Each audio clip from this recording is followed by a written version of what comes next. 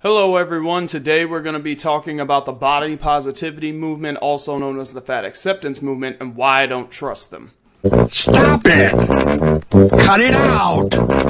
I have a glandular problem! Now I want to preface this by saying there are a handful of things that I don't disagree with this movement on. For one, the whole beauty standards argument. Look, people are allowed to be attracted to whatever they want. There's chubby chasers out there. Hell, one of my best friends is one of them. And I don't necessarily think that people can't be attractive at all just because they're fat. Also, I do understand people complaining about the bullying aspect, because fat people getting bullied may not necessarily motivate them to try to lose weight. It might just make them overeat more because they might be using food as a coping mechanism for stress or anxiety. That being said, you bully someone who's already fat, you're probably just going to make them depressed, they might eat more, and it'll just make the problem worse. So if that was the only type of thing this argument was about, I wouldn't actually have any problems with them. What I do not approve of, however, is their insistence that people are healthy at every size. That's a damn lie and you know it! Listen, the jury is out on this. It is already established medical fact that obesity is directly tied to several health problems and is considered a comorbidity for several diseases, including coronavirus! If you have coronavirus and you are obese, your chance of surviving the viral infection is even lower than it is for anybody else, just for simply being obese. And before anybody gets an attitude and says something along the lines of, why are you complaining about fat people but you don't complain about skinny people? I got something to say about that too. If you are severely underweight, there are also health risks associated with that are completely disparate than the health risks associated with being obese. You are not healthy at every size. If you're too fat or too skinny, there are health risks associated with that. Regardless of what you think or feel, the notion of healthy at every size is scientifically and medically inaccurate. That's a snapple top fat! Now, one thing that I really hate is when people try to make up really flimsy excuses. I wish that people in the fat acceptance movement would just admit that they are not willing to lose weight. It is one thing to say, I personally don't want to lose weight, or it's too hard and I don't want to do it. You know what? If you say something like that, I will disagree with your perspective, but I will respect that it is your body and that is your autonomy and it's your right to do that. But when you tell me that you can't lose weight, that's where I start to have problems. And I'm going to get into a little bit about that in a moment. Now, a very common glandular issue that can cause weight gain is hypothyroidism. Now, hypothyroidism is basically when your thyroid gland is less active than it needs to be. And since your thyroid gland helps regulate your metabolism, one of the symptoms of hypothyroidism is increased weight gain. Now, this affects roughly 3 million people every year. But here's the problem with these numbers. According to the CDC, recent data shows that roughly 42% of Americans are obese. Weigh this against the fact that the American population is roughly 330 million people. That means that there is an estimated 7.8 million people in America are obese. Not overweight, obese in particular. You don't need no calculator, this is basic math! Given the numbers, it's pretty irrational to assume that every obese person has hypothyroidism, because the truth of the matter is not every person who has hypothyroidism might be obese. They might just be a little overweight. And some of the people who are obese might be obese because of completely different health problems.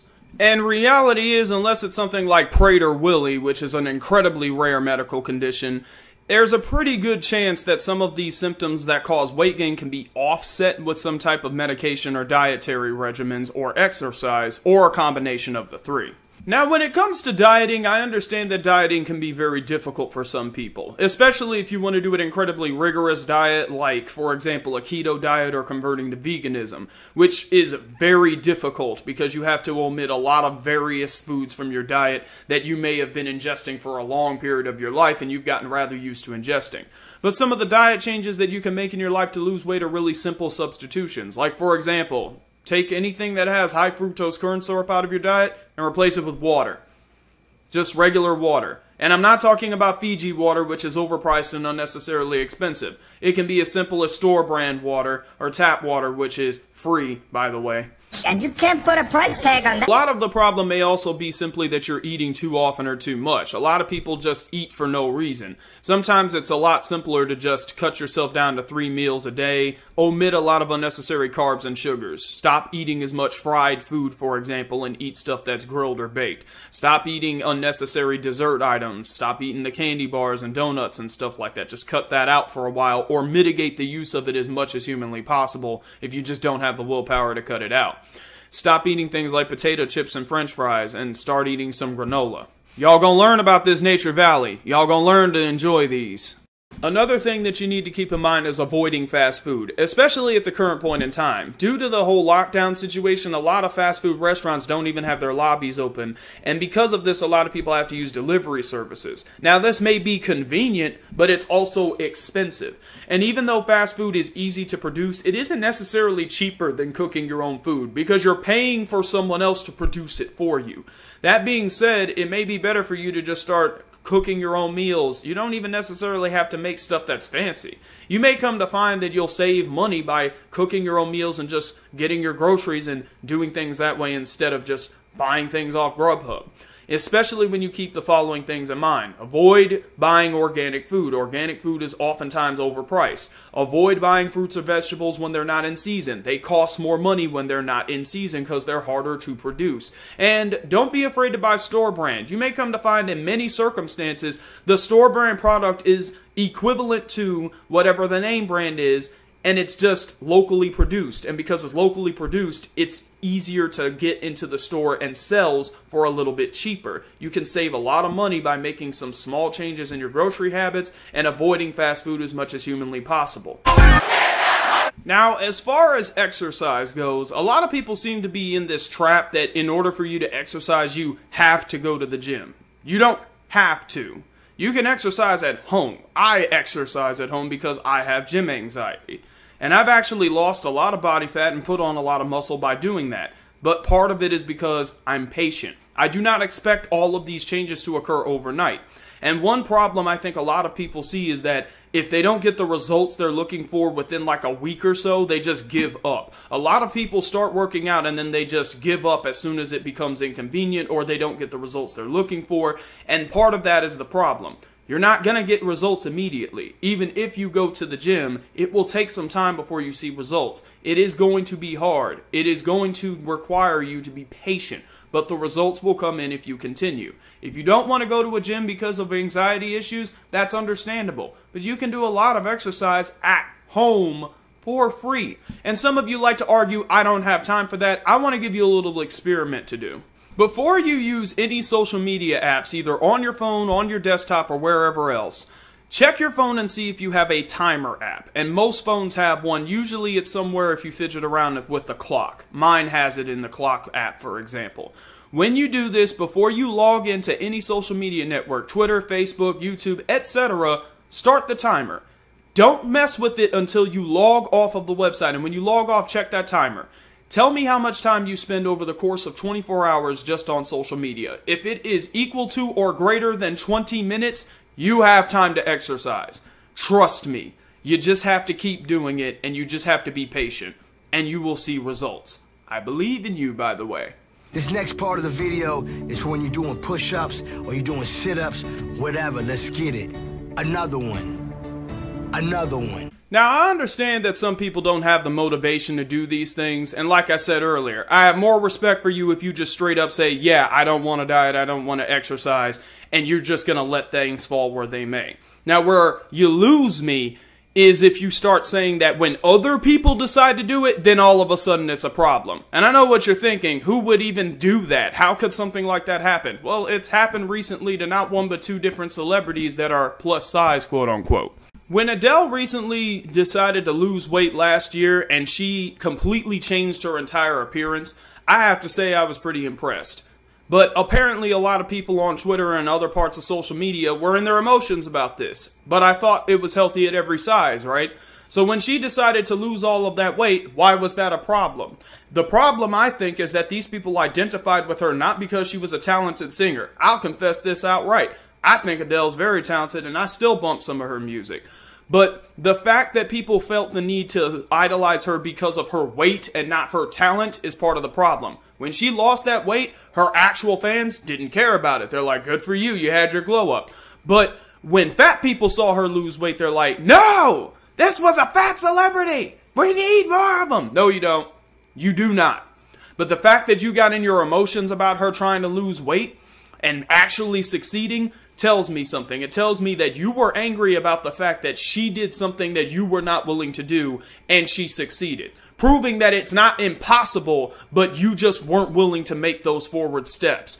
And she was. This isn't even something limited to just the situation with Adele. Recently, Lizzo went on a 10-day juice cleanse and she made a whole TikTok about it. And people got mad because they thought she was doing it to lose weight. Now, this wasn't apparently her intention.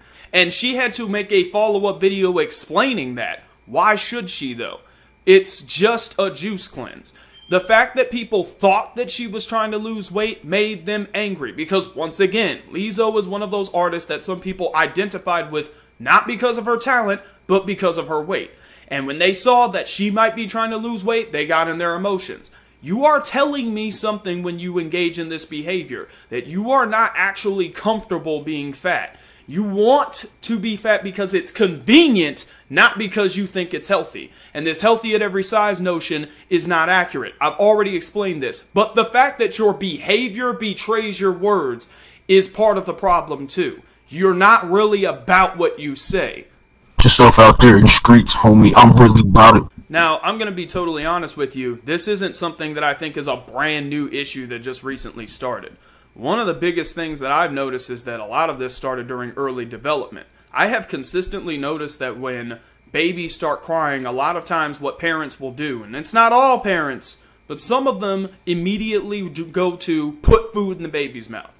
They don't want to burp the baby, don't want to change the diaper, don't want to see if the baby just wants to be held. Maybe the baby's just distressed. No. First thing you do, put food in its mouth.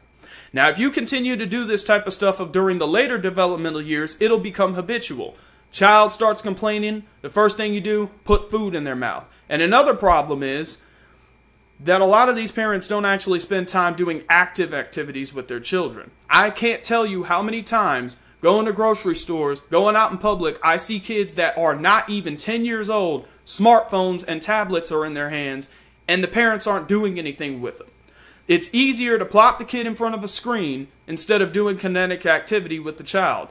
I understand with coronavirus you can't take them out to parks and stuff like you used to, but why don't you do anything with the kids at home? Why don't you do any activities with the kids at home? And if you continue to do this, when they get to adolescence, that's not going to go away. It'll continue. When they get to adulthood, they'll assume it's normal because they grew up in a household where that type of behavior was the normal. That doesn't necessarily mean it's healthy. It definitely doesn't mean it should be repeated.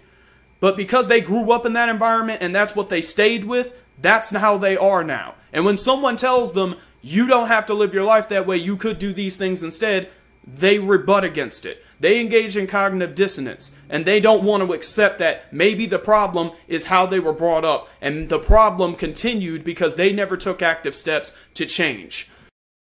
Truth is, the game was rigged from the start. With this all being said, the body positivity movement is something I cannot, in the grand scheme of things, support. I do not think healthy at every size is a mantra people should utter. People need to realize that that is wrong. It is not correct. Medical science directly debunks it. You can diet and exercise in most circumstances. If you choose not to, that's a choice. But if you argue that it is impossible, there is a high 90th percentile chance it is not impossible. You simply do not want to do it. Now, that being said, thank you for watching. Give me some feed fat, and have a good one. You said you was on a diet, didn't you?